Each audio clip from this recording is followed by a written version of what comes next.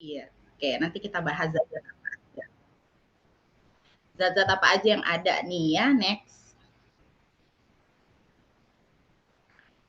Oke, terus artikel yang selanjutnya nih ada dari Reuters sendiri. Di sini dibilang katanya menyebut pemerintah Indonesia nih akan memaksa pengemudi untuk menjalani tes emisi di tengah memburuknya kualitas udara yang menjadikan Jakarta salah satu kota paling tercemar di dunia.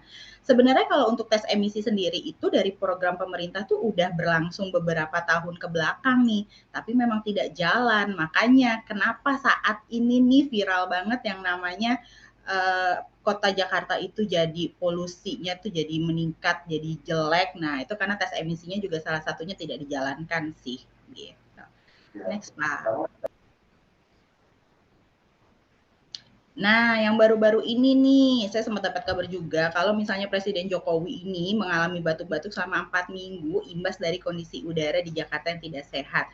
Nah, ternyata dari tim kepresidenan Jokowi sendiri atau presiden kita sendiri itu menyatakan kalau misalnya Jokowi sendiri itu kemarin itu terkena pneumonia. Nah, pneumonianya ini setelah dicek dari darahnya, lab darahnya, dari ronsennya, itu pure bukan karena bakteri seutuhnya, tapi memang ada campur tangan dari si polusi udara kita nih, polusi udara Jakarta yang lagi tidak sehat. Makanya Presiden kita, Joko Widodo itu menyuruh untuk coba deh dibenerin deh nih langit Jakarta ada apa sih, gimana sih cara untuk ngebenerinnya. Next.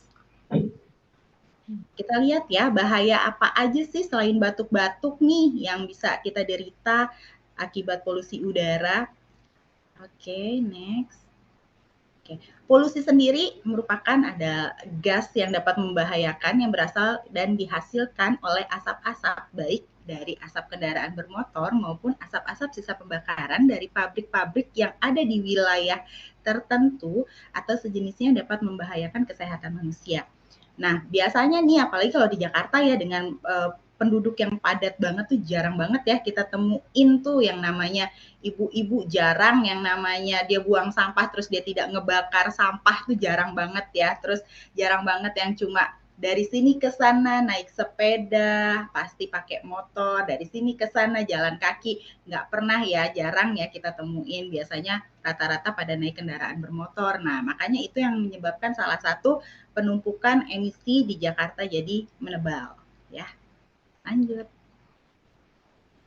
Nah, zat-zat apa aja nih yang ada di langit kota Jakarta saat ini?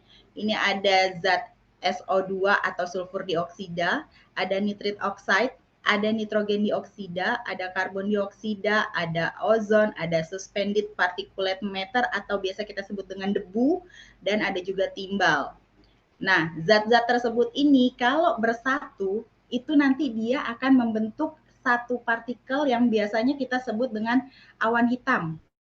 Awan hitam, awan yang berkerumpul. Nah, itu nantinya si awan hitam ini kalau tidak ada hujan atau biasa kita sebut dengan hujan asam, itu dia nanti akan menggumpal di bagian atas. Nah, itu yang tadi kita lihat ya dari videonya. Yang tadi kita lihat dari videonya itu jadi lapisan hitam di langit Jakarta. Ya, itu akibat penumpukan zat-zat tersebut. Gitu. Next. Ini kan kamu bayar lagi juga kan? Ada sub. Oke, bentar ya. Slide-nya hilang, iya Pak.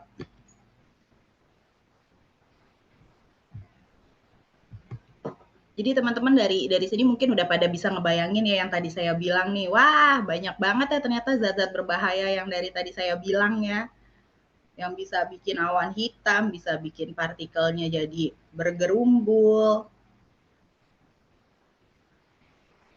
Terus sama ini dok, saya mau tanya deh dok.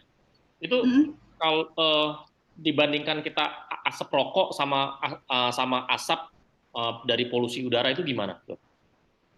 Sama bahayanya Pak. Cuma kalau untuk yang dirokok, dia itu kan kandungannya memang ada yang timbalnya itu konsentrasinya dia lebih rendah ya kalau di rokok karena memang dia posisinya itu rokok lebih kecil. Tapi kalau untuk di udara, untuk timbalnya sendiri kita tidak bisa ngatur nih seberapa banyak yang masuk ke tubuh kita. Jadi kalau misalnya dibilang berapa bahaya, lebih bahayaan polusi yang lagi kita hadapi sekarang nih ketimbang rokok sendiri. Oke, baik. Ya soalnya kan ada orang yang ngerokok tuh pikir, asap rokok aja gue sedot gitu kan. Benar banget. Oke, nah dari sini nih tadi nih zat-zat ini nih udah kita bahas yang bikin awan hitam apa segala macam. Nah kita ke dampaknya nih. Kalau dari dampak selanjutnya, next Pak. Iya. Oke, nah ini yang tadi saya bilang, kalau misalnya asap-asap tadi dia tidak ada hujan, nah kemarau terus-terusan tidak ada hujan, dia akan berkumul menjadi satu bentukan awan hitam yang isinya itu zat-zat yang tadi saya sebutin. Ya, next. Nah, dampaknya sendiri nih dari polusi udara yang tercemar sendiri, secara garis besar bisa menurunkan daya pikir, bisa mengakibatkan stroke, mengakibatkan serangan jantung, bisa menyebabkan kelahiran prematur, hujan asam yang tadi saya bilang hujan asam, terus mempengaruhi kualitas air permukaan, merusak tanaman dan juga efek rumah kaca menjadi terganggu. Oke, ini ada gambar di sebelah kanan. Gambar yang sebelah kirinya ini itu adalah efek rumah kaca yang normal, yang belum terjadi polusi udara, penumpukan zat-zat berbahaya. Yang di sebelah kanan itu dampak pencemaran efek rumah kaca yang terganggu, dampak pencemaran udara. Ya, jadi di sini jelas banget nih kelihatan ya. Yang satu masih ada udara bersihnya dari efek rumah kaca yang bagus, yang normal. Yang sebelah kiri sudah tidak ada lagi nih udara yang bagusnya, atmosfernya sudah terganggu di situ. Oke, jelas banget ya kelihatan ya. Oke. Nah, kalau dari tadi pemaparan yang tadi udah saya bilang tuh dampaknya ada ini, itu. Nah, salah satunya mungkin ISPA. Teman-teman mungkin udah nggak asing kali ya sama ISPA ya. Paleo sendiri mungkin udah bosen kali denger ya Pak ya. ISPA mulu gitu ya. ISPA kalau mungkin orang awam bilangnya pilek, bengek. Nah, tuh, mungkin kalau orang awam tuh bilangnya seperti itu. Nah, kalau kita sendiri kenapa bilang ini bisa menyebabkan infeksi saluran pernafasan akut? Karena memang yang kita hirup itu akan masuk ke dalam saluran pernafasan. Nah, di dalam saluran pernafasan sendiri itu yang terganggu adalah sistem imun dari masing-masing organ yang ada di saluran pernafasan. Contoh misalnya di faringitis, di organ faring itu dia mempunyai satu sistem kekebalan tubuh di organnya. Pada saat zat-zat yang tadi berbahaya itu masuk ke dalam sistem pernafasan kita, otomatis dia akan mengganggu sistem imun dari si organ tersebut dan itu sistem imunnya akan rusak, bakteri, jamur, virus itu akan mudah masuk. Otomatis akan gampang banget nih yang namanya terjadi infeksi saluran pernafasan akut. Gitu. Next. Terus ada apa lagi selain ISPA? Ada radang paru nih ternyata teman-teman. Radang paru tuh ada apa aja sih dok? Kalau ada yang nanya nih radang paru apa aja sih dok penyakitnya? Pernah dengar flek paru mungkin ya teman-teman di sini ya. Flek paru, terus pneumonia, bronkopneumonia pada anak kecil lebih sering ya bronkopneumonia yang batuk-batuk nggak sembuh-sembuh lebih dari 2 minggu atau bronkitis. Nah, itu kita kategorikan sebagai radang paru. Radang paru itu terjadi ya akibat tadi akibat membesarnya si pembuluh darah yang ada di paru-paru, adanya infeksi dan juga adanya zat-zat berbahaya yang masuk ke dalam paru-paru. Next. Nah, kalau PPOK sendiri, kenapa disebut penyakit paru obstruktif kronis? Nah, karena biasanya dia itu akan terpapar lebih dari waktu 6 bulan. Jadi kalau misalnya nih Langit Jakarta ternyata kotornya tuh udah lebih dari 6 bulan cuma baru viralnya sekarang, tiba-tiba divonis sama dokternya, selamat ya Bu kena PPOK misalnya gitu ya. Nah itu kita jangan kaget karena memang kita tuh udah menghirup si udara yang tidak sehat ini tuh udah lebih dari 6 bulan. Jadi penyakit paru obstruktif kronis ini itu penyempitan pembuluh darah akibat adanya zat-zat berbahaya atau pemaparan asap-asap yang berbahaya juga yang disebabkan terhirupnya dari tubuh kita tuh lebih dari 6 bulan gitu. Next. Nah, kalau asma sendiri, asma ini bisa bawaan, bisa juga didapat. Kalau asma sendiri, kalau untuk yang dia didapat itu biasanya dia diturunkan dari orang tua dan itu akan susah sembuh. Tapi kalau untuk asma yang didapat, biasanya itu dia bisa didapat karena adanya partikel-partikel yang masuk ke dalam pernafasan kita yang mensensitisasi atau dia akan membuat si lapisan-lapisan yang ada di dalam paru-paru itu terangsang. Jadi kayak misalnya dia tuh mengi. Pernah dengar mungkin teman-teman ya pada malam hari tuh mengi, nyik, nyik. Saya kalau ngomong ke pasien-pasien, "Ibu bengek ya, Bu, ya? Kalau kayak malam-malam bengek nggak, Bu?" "Enggak, Dok, nggak bengek, cuma bunyi doang kok suaranya," gitu. "Iya, Bu, sama aja sama bengek," gitu ya. Jadi kalau misalnya teman-teman ada saudara-saudaranya atau mungkin teman rumahnya atau apa, teman kosannya yang tiba-tiba bengek malam hari, ya itu udah pasti asma ya. Gitu. Next. Nah, kenapa nih si polusi udara kotor sendiri itu bisa menyebabkan hipertensi, stroke, sama penyakit jantung? Karena si zat-zat yang tadi saya sebutkan tadi di depan itu bisa masuk ke dalam pembuluh darah kita dan membawa sampai dengan ke organ jantungnya sendiri nih. Nah, setelah dia sampai ke organ jantungnya sendiri, otomatis si pembuluh darahnya itu alirannya jadi terganggu. Bisa menyempit, bisa juga kaku. Nah, itu nanti kalau sudah menyempit dan kaku itu bisa terjadi stroke dan juga gangguan irama jantung. Ya, gitu. Next. Nah, ada juga yang muncul masalah kulit. Biasanya kalau misalnya masalah kulitnya ini timbul, itu tuh diakibatkan karena zat-zat yang memang dia sensitif, seperti misalnya timbal atau tadi sulfur dioksida tiba-tiba kena atau terpapar di kulitnya dia, itu nanti dia akan bisa terkena dermatitis atopi biasanya kita bilang ya. Dermatitis atopi itu ya bentuknya seperti itu tuh kulitnya. Jadi merah, gatel-gatel. Nah, nanti kalau sudah lebih dari 2 minggu minum obat dan tidak ada perubahan, lebih baik langsung dikonsulin aja ke dokter. Gitu. Next. Nah, dia juga bisa menyebabkan konsentrasi terganggu nih si polusi udara yang kotor ini. Kenapa? Karena dia terhirup dan dia bisa langsung masuk melalui pembuluh darah otak yang langsung bisa menyebabkan si otaknya jadi terganggu nih melalui pembuluh darahnya itu. Nah, otomatis dengan adanya dia masuk melalui pembuluh darah di otak, dia akan mengganggu si sistem peredaran darah yang ada di otaknya itu, konsentrasinya jadi terganggu. Biasanya kalau kita ngomongnya plonga-plongo ya, plonga-plongo gitu. Lanjut. Oke, kalau pada ibu hamil juga hati-hati ya kalau misalnya terhirup. Jadi kalau saran saya, kalau mungkin teman-teman di sini ada yang lagi hamil, terus anak pertama, double proteksi dengan masker juga boleh kok gitu. Kenapa? Karena setelah dilihat dari hasil penelitiannya sendiri, ternyata dari langit udara yang kotor ini tuh bisa menyebabkan pertumbuhan janin terhambat. Jadi yang harusnya janinnya itu dia bisa lahir sampai 9 bulan, ternyata dia tidak berkembang. Otomatis dia nanti akan digugurkan secara paksa sebelum waktunya ya, gitu. Jadi hati-hati untuk teman-teman yang masih hamil ya. Lanjut, untuk yang iritasi mata sendiri, kenapa dia bisa menyebabkan iritasi mata? Karena si zat-zat tersebut nih otomatis dia akan masuk juga nih melalui mata ya. Jadi teman-teman kalau misalnya nanti nih di depan komputer terus istirahat siang, keluar makan sama teman-temannya, tiba-tiba nanti kok mata gue tiba-tiba gatel ya, kok mata gue tiba-tiba kering ya.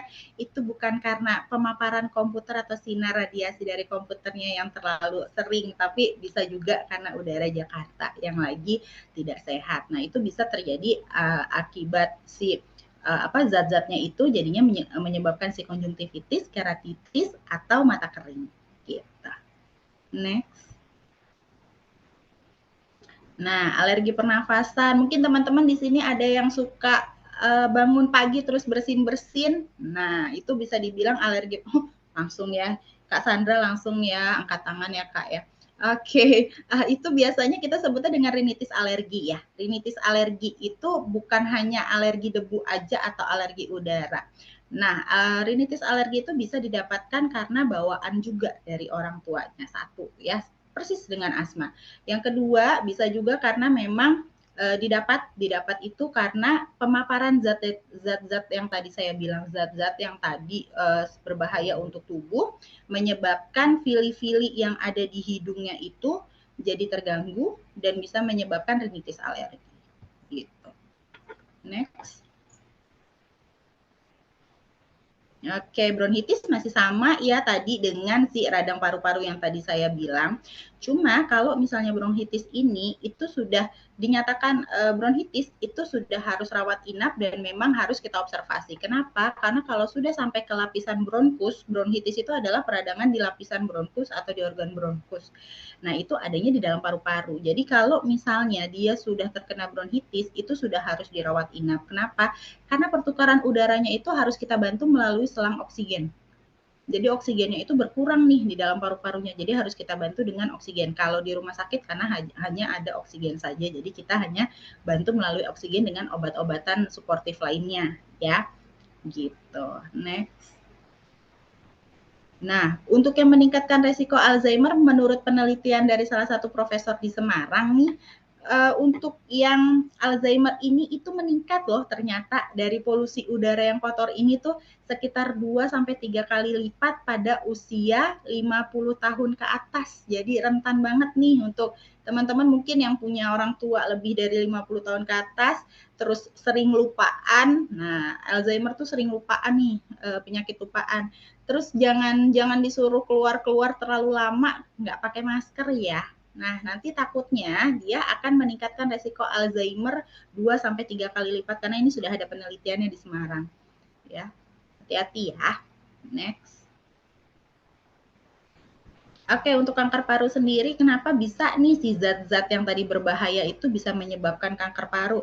Nah, kalau misalnya yang tadi radang-radang yang tadi saya sebutin radang paru bronkitis, pneumonia, flek itu tidak segera diatasi, lama-kelamaan pertukaran udara di paru-paru itu jadi terganggu dan paru-parunya itu jadi mengempes, tidak bisa kembang kempes kembali. Makanya itu nanti bisa terjadi kanker paru. Jadi sudah tidak ada lagi nih fungsi dari si parunya. Itu yang seperti kita lihat di gambar ya, yang sebelah kanan ini. Jadi si paru-parunya ini masih bagus nih alhamdulillah, tapi kebanyakan kanker paru yang saya temuin itu dia sudah mengempes dan dia sudah seperti batu bentuknya. Nah, Dok, ini mau nanya nih, Dok. Ya. Mumpung slide-nya kan kanker paru-paru ya. Jadi betul. orang yang kena kanker paru-paru stadium 1 gitu itu nggak ada rasa ya? Iya, betul. Karena memang itu kan tergantung dari bagian paru-parunya, Pak. Makanya kita membaginya menjadi 4 bagian. 4 bagiannya tuh kayak gimana, Dok? Iya, stadium 1 dia di bagian sepertiga atas biasanya. Belum ada metastasis. Metastasis apa, Dok? Oh, gejala. Metastasis. Iya, penjalaran, Pak. Penjalaran metastasis. Nah, kalau dia masih di kanker paru grade 1, dia tuh biasanya di sepertiga atas, bagian atas paru-paru nih, belum ada penjalaran kemana-mana. Kalau sudah stadium 2 nih kanker paru, dia sudah mulai nih turun nih ke bawah, udah hampir setengah. Tapi masih 2/3 dulu nih, masih 2/3 di bagian paru-paru, masih belum ada metastasis. Ya, jadi untuk yang 1 ke 2 biasanya dia tanpa gejala dan belum ada metastasis. Ya, untuk yang ketiga biasanya dia sudah ada mulai batuk darah. Oh, nah tadi saya tuh di grup bilang ada teman saya tuh batuk darah. Nah kalau udah batuk-batuk terus keluar darah itu indikator ya? Sebenarnya gini, kalau untuk batuk darah sendiri itu bisa kanker paru, bisa juga flek paru, Pak. Nah, tergantung dari jenis-jenis darahnya. Yang bisa menilai itu sebenarnya nanti dokter paru-parunya. Oke. Kalau dari penampakan itunya bisa terlihat. Karena kalau dari flek paru biasanya. Berarti kalau kanker paru itu, kalau kanker paru itu nggak ada. Kalau ginjal kan bisa ditransplantasi itu, kalau kanker paru nggak bisa ya? Nggak bisa, Pak. Mau ditransplantasi juga percuma. Oke. Dan memang nggak ada ya? Nggak ada, Pak. Sampai detik ini saya belum menemukan jurnal yang transplantasi paru, Pak. Oh, oke. Iya. Gitu. Baik, Dok. Penyebab teman-teman nanti kalau untuk kanker paru. Kenapa, Pak? Penyebab utamanya apa? Salah satunya ini ya, asap ya, polusi udara ya. Iya, betul. Karena di Indonesia sendiri itu memang kalau dari jurnalnya PDPI, Pak, Persatuan Dokter Paru Indonesia, itu memang hampir 85% disebabkan karena udara dan juga asap. Nah, asapnya ini tuh bisa asap kendaraan, asap rokok yang memang mereka terpapar. Asap rokoknya pun bisa rokok pasif, aktif. Gitu. Oke. Kita lanjut ya. Nah, penyebab polusi udara sendiri di Jakarta, mungkin teman-teman sebagian udah ada yang tahu kali ya, apa aja penyebab polusi udara di Jakarta sampai numpuk. Salah satunya mungkin akibat kemarau yang berkepanjangan nih. Nah, yang harusnya kemarau tuh udah selesai, nih kita masih kemarau aja, jadinya belum ada hujan yang turun, belum ada yang bisa membuang si asap ini secara alami ya. Next, Pak Leo. Nah, ini yang tadi saya bilang nih, musim kemarau, tidak ada hujan, terus efek rumah kacanya terus-terusan terganggu, makanya menyebabkan si partikel asamnya itu makin banyak ya di udara atau di langit kota Jakarta ini. Gitu. Next, Pak. Ini akibat emisi atau gas buang dari alat transportasi, karena memang sekarang kan walaupun pemerintah udah bilang, ayo kita pakai rame-rame pakai kendaraan kendaraan umum aja atau kendaraan listrik aja, tapi kan tidak semua orang tuh mau ya. Makanya banyak banget nih emisi atau gas buang dari alat transportasi yang kita gunakan setiap hari. Gitu. Next. Adanya pembakaran ladang, kalau di Jakarta mungkin lebih ke pembakaran sampah sama ini ya, sampah rumah tangga yang dibakar di lapangan-lapangan tuh masih suka ada nih. Nah, kalau untuk ladang agak jarang kalau di Jakarta. Gitu. Kalau saya lebih setujunya pembakaran sampah. Bener nggak Pak Leo? Iya. Karena kalau ladang di Jakarta agak susah ya Pak ya? Susah, iya. Oke, lanjut yuk. Nah, ini yang tadi saya bilang nih, pembakaran sampah. Teman-teman mungkin di lingkungannya ada yang pernah ngelihat nih ibu-ibu males nih nggak buang, nunggu sampah lama banget diambilnya udah dibakar aja gitu ya. Kalau di kampung-kampung masih sering nih saya ngelihat pembakaran sampah kayak gini nih. Apalagi kalau misalnya ya rumahnya deket banget sama TPA Bantar Gebang. Wah, itu males banget dia buang sampah ke Bantar Gebang, lebih baik dibakar katanya. Gitu. Next. Nah, untuk asap pembuangan pabrik industri sendiri, kalau dari Greenpeace sendiri nih, setelah meneliti dari langit Jakarta, ternyata ada sekitar 10 pabrik batu bara yang menyumbang emisi terbanyak di Jakarta nih, akibat hasil akhir asap dari pabrik batu baranya. Jadi, kalau di sini dibilang akibat asap pembuangan pabrik industri, ya benar. Karena memang dari asap batu bara sendiri itu penyumbang terbesar kalau di Jakarta. Gitu. Next, Pak.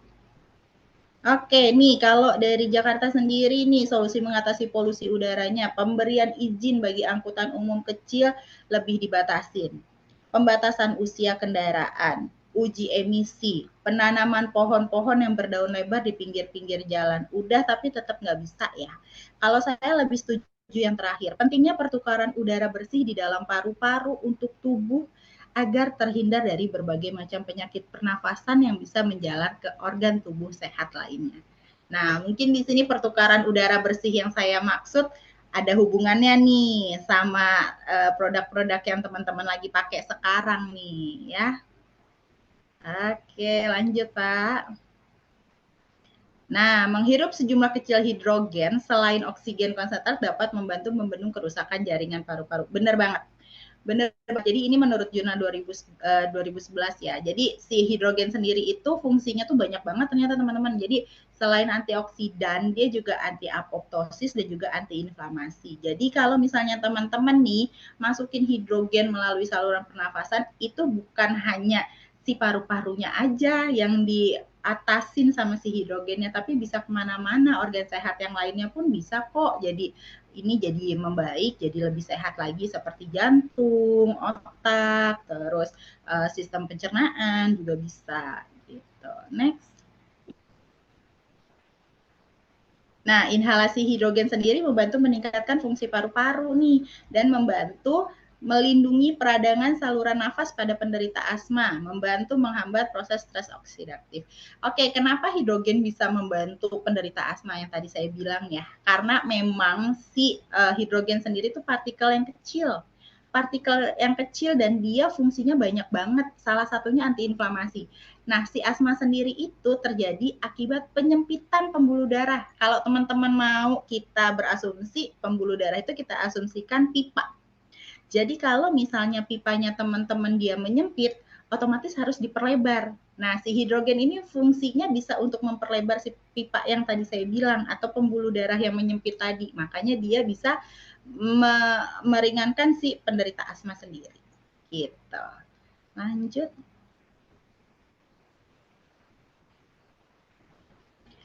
Nah, molekul hidrogen dapat membantu pemulihan banyak penyakit yang disebabkan oleh stres oksidatif termasuk gangguan kardiovaskular. Setuju banget. Jadi kalau untuk yang hidrogen fontaine ini, aku sangat setuju banget ya kalau misalnya teman-teman di sini pakai untuk inhalasi.